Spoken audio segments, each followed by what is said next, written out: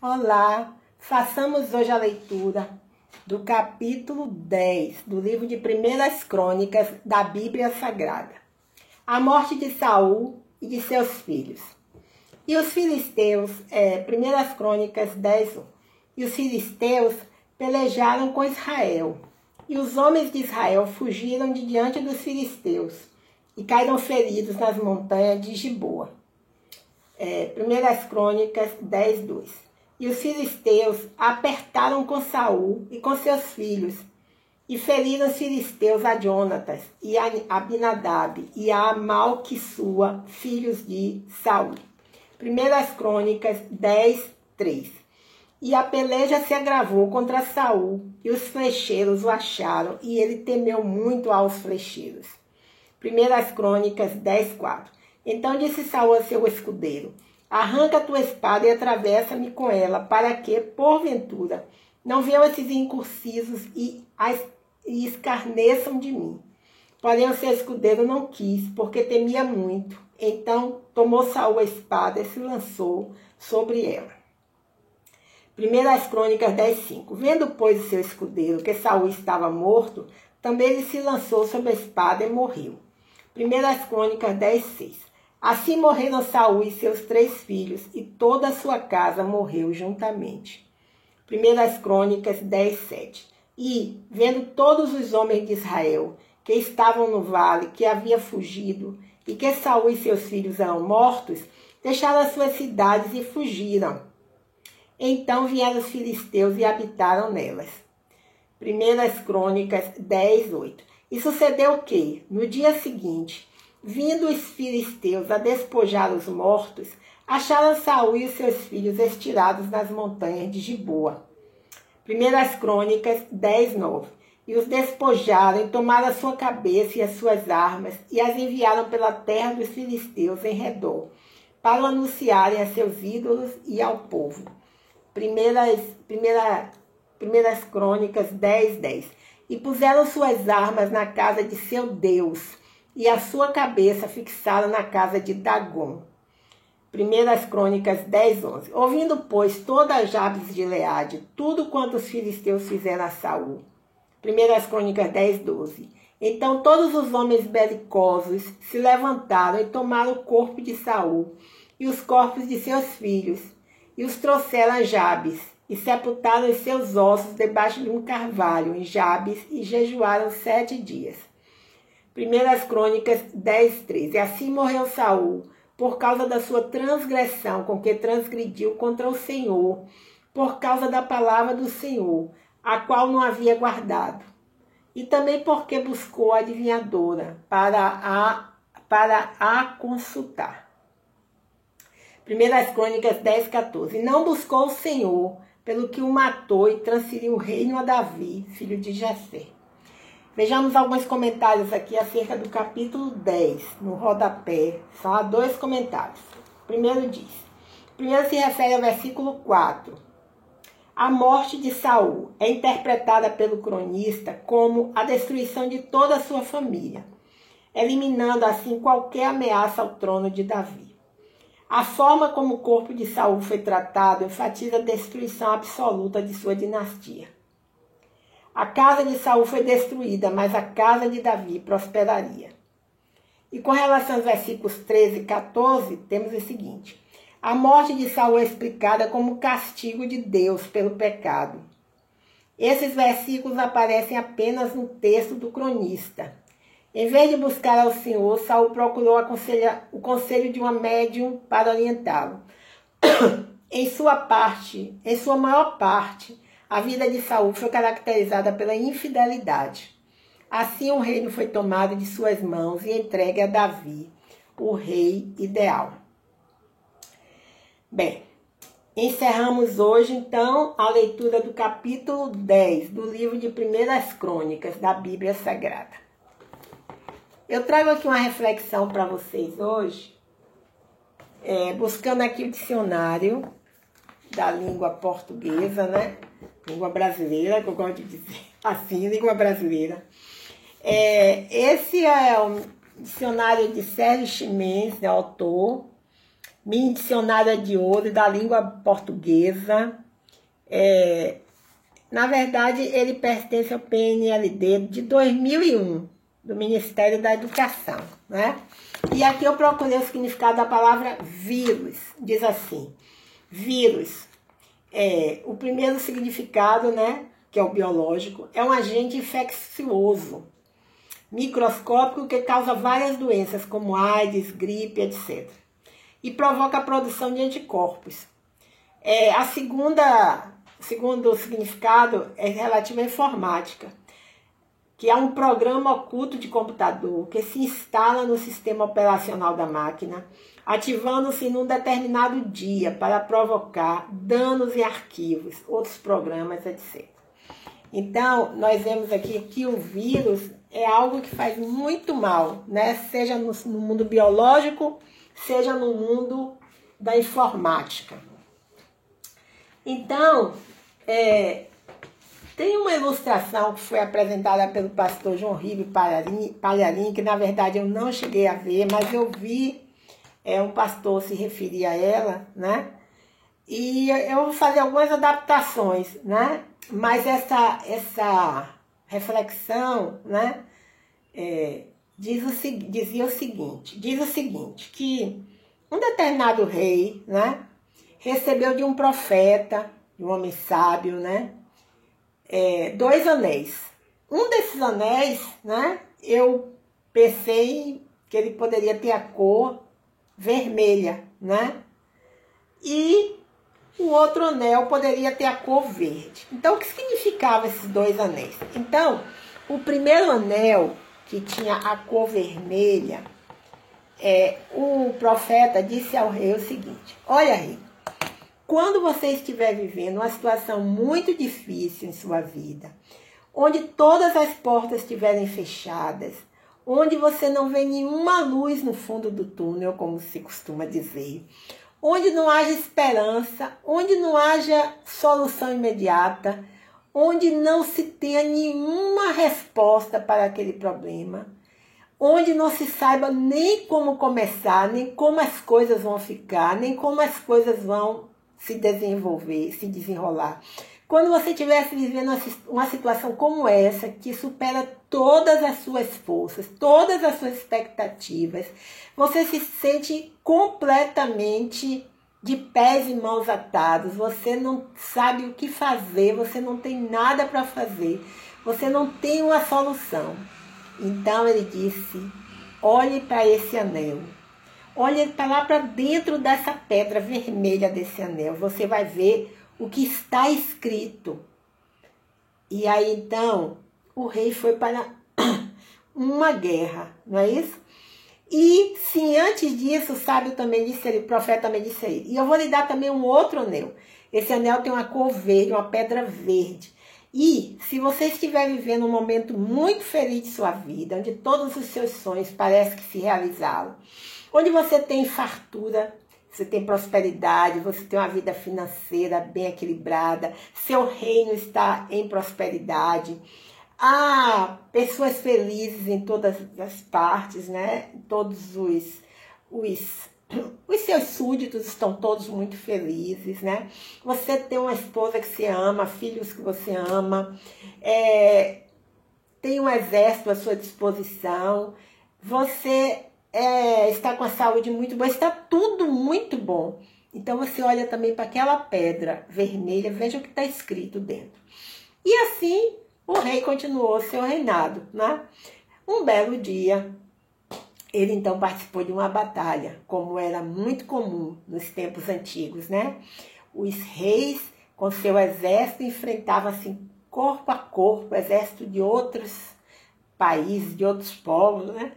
E aí usavam normalmente a espada e a guerra se dava assim, dessa forma. Então o rei estava em uma guerra e de repente ele começou a ver que todos os seus soldados estavam morrendo, estavam sendo abatidos. Ele olhava para um lado e para o outro, só via o número de soldados do outro exército aumentando, e seus homens morrendo. E ele viu ali naquele momento os soldados do outro país, né, vieram ao seu encontro, prenderam ele assim, não tinha mais saída, era realmente o fim. Ele agora seria levado pelo exército do outro rei e seria morto, seria mutilado, seria torturado, né, como eles faziam. E aí naquele momento ele ainda teve forças, assim, conseguiu trazer aquele anel da pedra vermelha para a sua mão. E quando ele conseguiu ler, lá dentro estava escrito: isto vai passar. E realmente, quando ele acabou de ler, que ele se apropriou daquela mensagem, ele começou a ver o exército de outro país, que era aliado, vinha ao socorro dele. E eles vieram rápido, rápido, rápido e começaram a lutar. E ele foi solto e ele foi livre e ele saiu com vida daquela guerra, né? Com os soldados que ainda estavam vivos, né? E de repente voltou ao seu reino, voltou à sua vida diária, voltou então a continuar seu reinado. E ele percebeu que com aquela vitória ele tinha conseguido muitos despojos na guerra, tinha conseguido muito dinheiro, né? Seu reino estava bem equilibrado, as pessoas, seus súditos estavam muito felizes, não havia fome, não havia violência, não havia desentendimento, a sua saúde estava muito boa, de sua esposa, da rainha também, de seus filhos, né? De seus servos. Ele estava muito feliz, né? E todos com a saúde muito boa também, como já falei, né? E aí o que acontece? Ele então constatou: poxa, estou vivendo agora realmente um momento maravilhoso, um momento de completa felicidade, um momento de muita alegria, um momento em que tudo está dando certo, tudo se encaixa perfeitamente, só há sorriso nos meus lábios. E aí ele disse: então esse é o momento de eu olhar essa pedra verde e ver o que está escrito lá dentro. E aí quando ele olhou aquela pedra lá dentro, aquela pedra verde, ele percebeu que estava escrito o seguinte: isto também vai passar. E aí ele viveu aquele momento de felicidade com mais equilíbrio, sabendo que também a qualquer momento as coisas poderiam mudar, né? E aquela felicidade completa poderia ser, então, abalada. Essa, como é que eu diria assim, ilustração foi apresentada pelo pastor João Rico Palharim, mas eu realmente não a conheço. Não tive acesso a essa mensagem. Mas pelo que eu escutei, eu fiz assim essa adaptação, né? Então, na verdade é isso aí. O Brasil, o mundo, se deparou com uma partícula tão pequena, tão pequena, tão pequena, que é preciso usar equipamentos sofisticados para poder perceber, enxergá-la, né, ver a sua atuação. Essa partícula é o vírus, não é isso? Então, não se fale outra coisa há mais ou menos 30 dias, a não ser no Covid, que é esse vírus, né, o coronavírus, como se fala, que já causou tantos óbitos, que já desestruturou tantos países, né, e continua ainda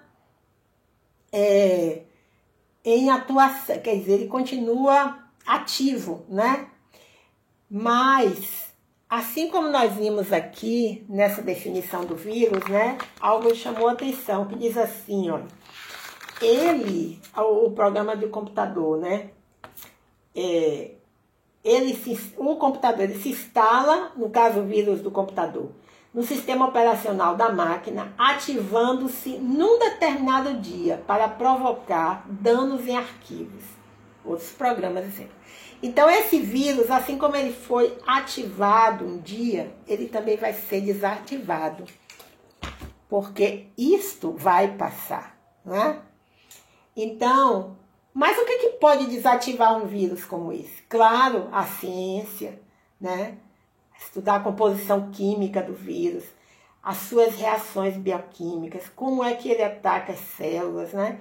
Qual o mecanismo que ele usa, que substâncias químicas podem inibir a sua atuação, a velocidade com que ele se desloca, né? Tudo pode ser estudado.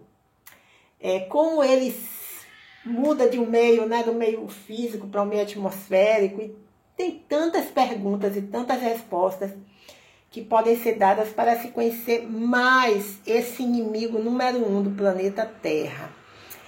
Então a ciência pode realmente encontrar muitas respostas e Deus poderá então, através de seu Espírito Santo, iluminar a mente de um ou mais cientistas para que realmente encontre todas essas respostas e possam destruir esse vírus, né?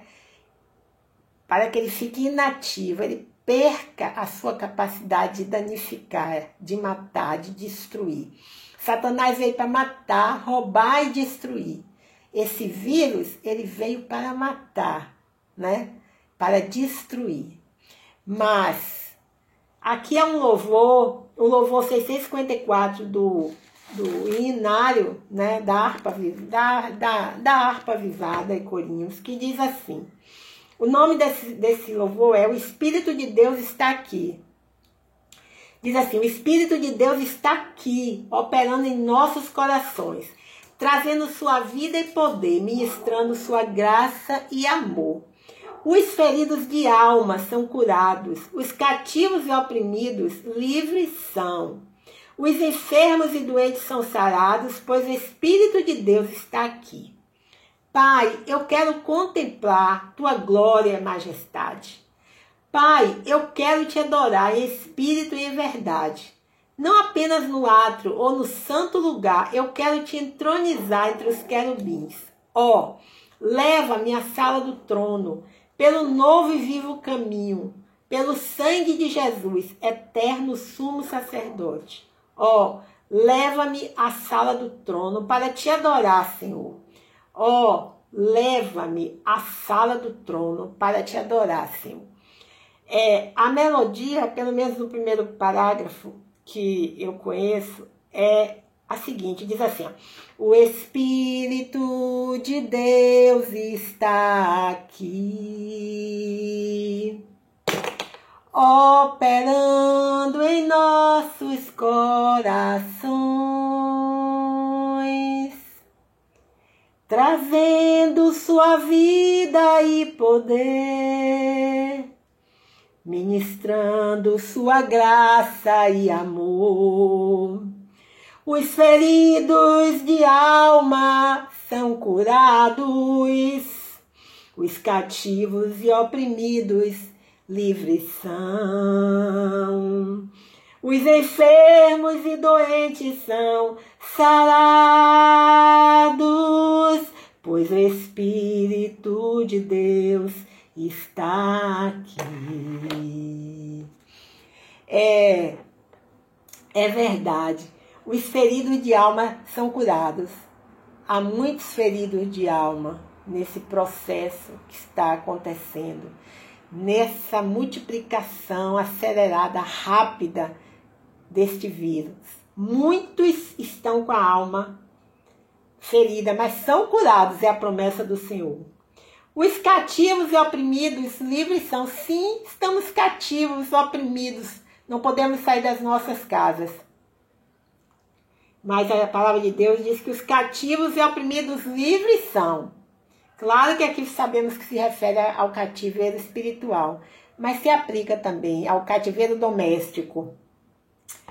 E diz que os enfermos e doentes são sarados. Os enfermos e doentes são sarados, pois o Espírito de Deus está aqui, né? Então, o Espírito de Deus está aqui. O Espírito de Deus está no planeta Terra. O Espírito de Deus está em todos os países onde o Covid-19 está presente. Nós cremos, nós profetizamos que Deus vai utilizar a mente brilhante de tantos médicos, de tantos cientistas que trabalham com sistema imunológico, né? Tantos que trabalham com essa área que se refere aos micro-organismos, né? A microbiologia também, a infectologia, né? Tantos cientistas que estão aí agora reunidos nesse momento em vários países. Uma médica brasileira já foi compor a equipe de cientistas na Itália.